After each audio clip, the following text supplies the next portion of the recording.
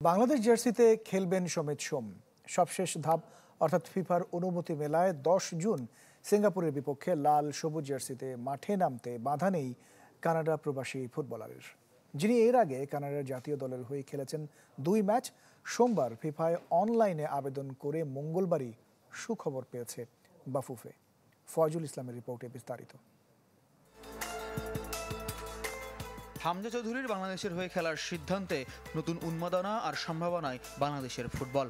এরই মধ্যে 1 ম্যাচ খেলেছেন হামজা, তাতেই মাঠে এবং মাঠের বাইরে পরিবর্তন দৃশ্যমান। এবার নতুন সুখবর দেশের ফুটবলে। কানাডা জাতীয় দলে 2 ম্যাচ খেলা মিডফিল্ডার সমিত সোম লাল সবুজ জার্সিতে খেলার অনুমতি পেয়েছেন। জন্ম নিবন্ধন, কানাডা সকার অ্যাসোসিয়েশনের অনাপত্তি পত্রের পর সবশেষ আনুষ্ঠানিকতা সমিতির বাংলাদেশ পাসপোর্ট আর ফিফার অনুমতি। সোমবার অনলাইনে আবেদন করে দ্রুততম সময়ে অর্থাৎ মঙ্গলবারই ফিফা থেকে সুখবর পেয়েছে বাফুফে।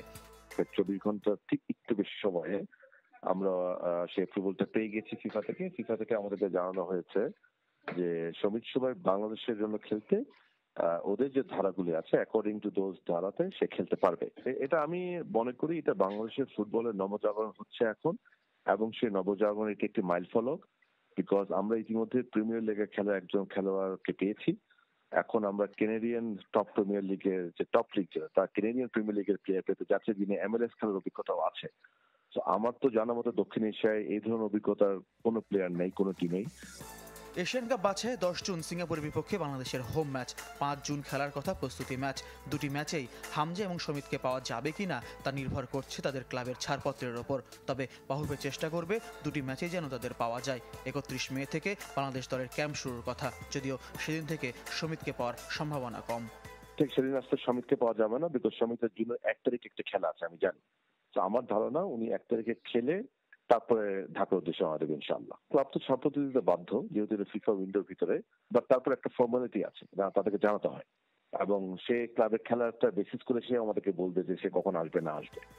বাংলাদেশ জার্সিতে ইংল্যান্ড প্রবাসী কিউবা মিচেলের খেলার জন্য চেষ্টা চালিয়ে যাচ্ছে বাফুফে।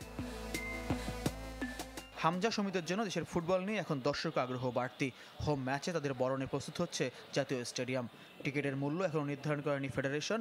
অভ্যন্তরীণ সভায় প্রস্তাব এসেছে টিকিটের ন্যূনতম মূল্য 300 থেকে 500 টাকা নির্ধারণের। হামজা সমিতিদের খেলা দেখতে টিকিটের মূল্য ক্যাটাগরি শিগগির প্রকাশ করবে বাফুফে। ফয়জুল ইসলাম, চ্যানেল 24, ঢাকা।